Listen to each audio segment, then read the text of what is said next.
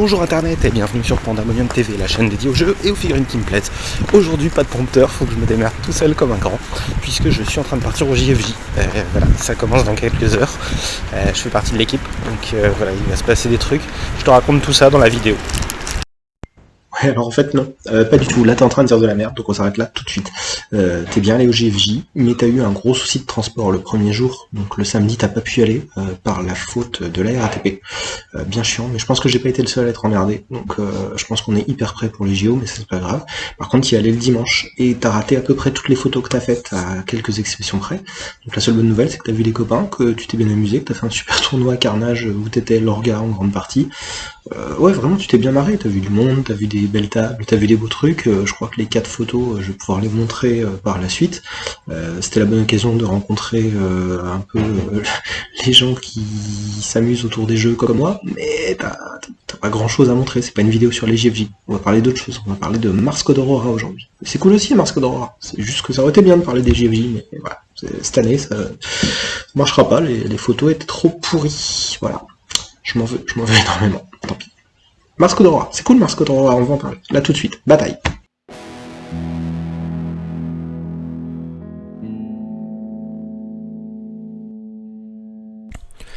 Donc MCA, qu'est-ce que c'est d'abord ? Eh ben c'est un excellent jeu indépendant du studio 6201, écrit par Minus et Esprit, oui, un des deux de Ami, la saga des murmures.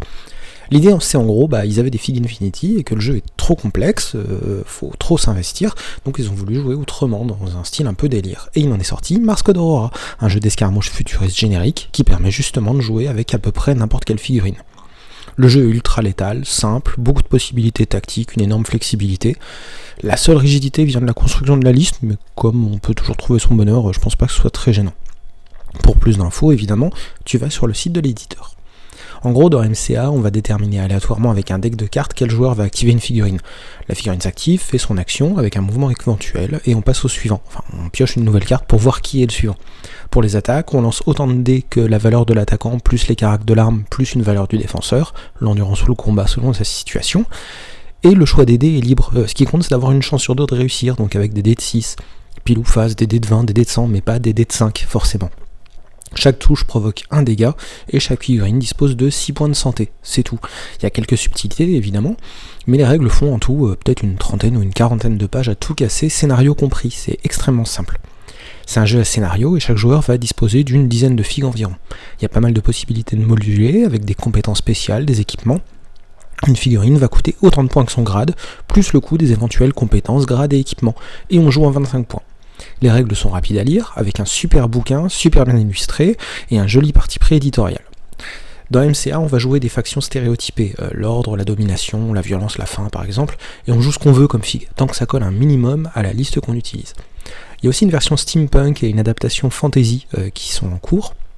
On peut aussi changer l'échelle assez facilement, enfin bref, c'est que du bon avec une belle démarche. Au cours de cette partie, mon adversaire, Doran, jouait une liste science, basée sur un gang Vansar de Necromunda, et avec un super beau blindé imprimé en 3D. Il disposait de 2 clones Continger, des pistoleros avec des gros fusils, dont un officier, et ils avaient tous les deux des boucliers. Il y avait 2 Responsum, des snipers avec camouflage et viseur, 2 clones Pugnator, des clones de base juste pour faire du nombre, un clone de rang 3 Gladius et un Venandius, ce sont des clones d'élite, un avec lance-roquette et l'autre avec des armes de courte portée, et un blindé Invictus, avec des gros canons. Jusque là, il était Invictus parce qu'il était jamais sorti de la vitrine, je suis mort de rire. C'est pas vrai, mais ça me fait rire. Pour éviter de jouer science contre science, j'ai sorti une liste de violence avec mes Space Marines du chaos. J'avais 2 disciples singes, les mecs volants, 3 disciples tigres dont un officier de grade 2, des marines du chaos de base, un disciple serpent avec mitrailleuse ki, le noise marine, et 3 initiés panthères dont un avec canon ki, les terminateurs. J'avais jusque là testé le jeu mais uniquement en mode solo. Par contre à sa sortie j'avais fait des listes dans tous les sens, j'étais même allé jusqu'à me sculpter une faction complète, c'est hyper mal sculpté, mais j'en suis content, et hop, une photo. Alors on a ramené pas mal de décors, Infinity, Necromunda, pour faire une belle table, et puis on a tiré nos objectifs au hasard, comme les règles l'indiquent. Sur le tirage de scénario, j'ai un peu joué de malchance. Je tire l'escorte du VIP jusqu'à la zone de déploiement adverse, ce serait le commissaire Yarrick sur les photos, et mon adversaire tombe sur Conflit, qui lui demande seulement d'éliminer mes troupes.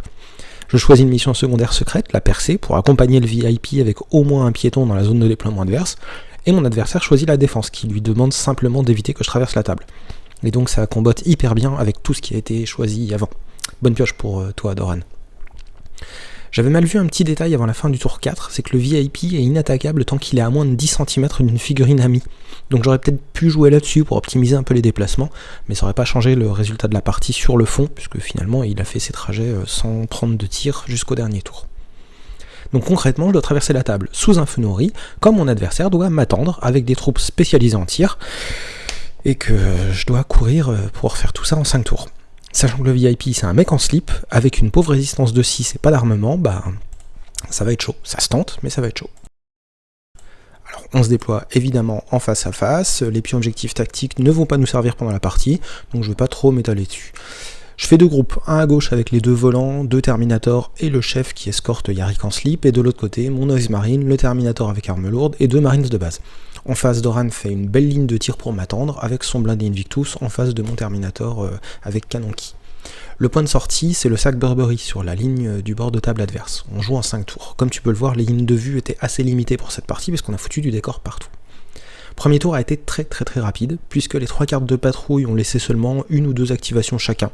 Donc on a presque rien fait ce tour-là. On a avancé une figue à droite à gauche, et le VIP a pas bougé. Yarrick est resté de son côté de la table. On peut dire qu'on a globalement perdu notre tour, finalement.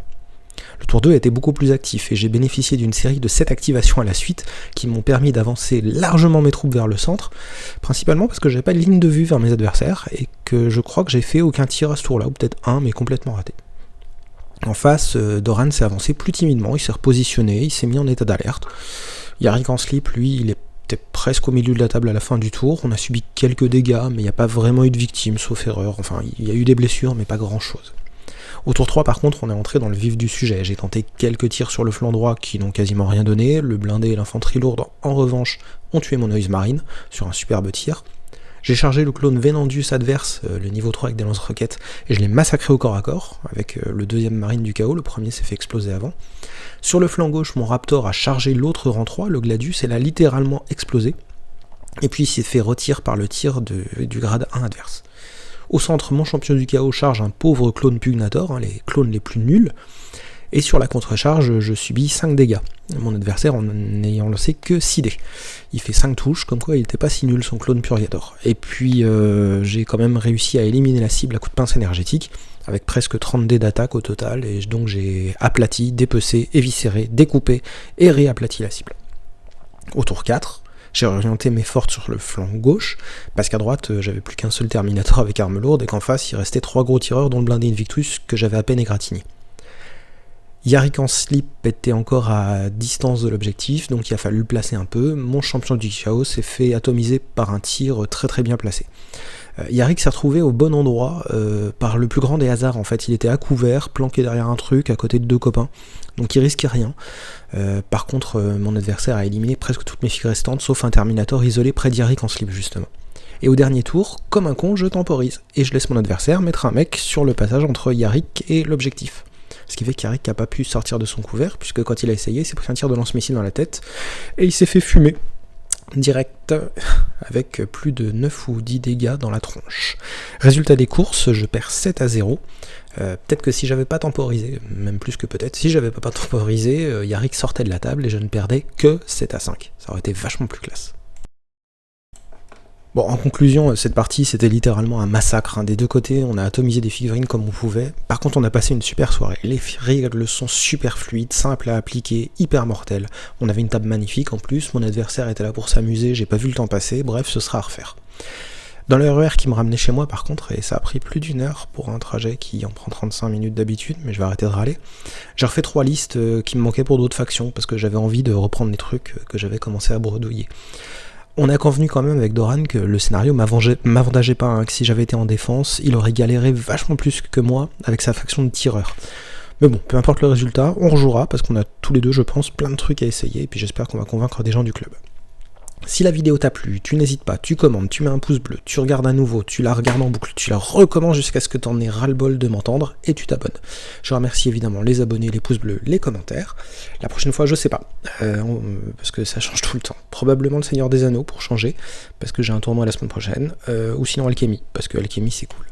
Donc d'ici là, porte-toi bien, et n'oublie pas de venir au JFJ 2025.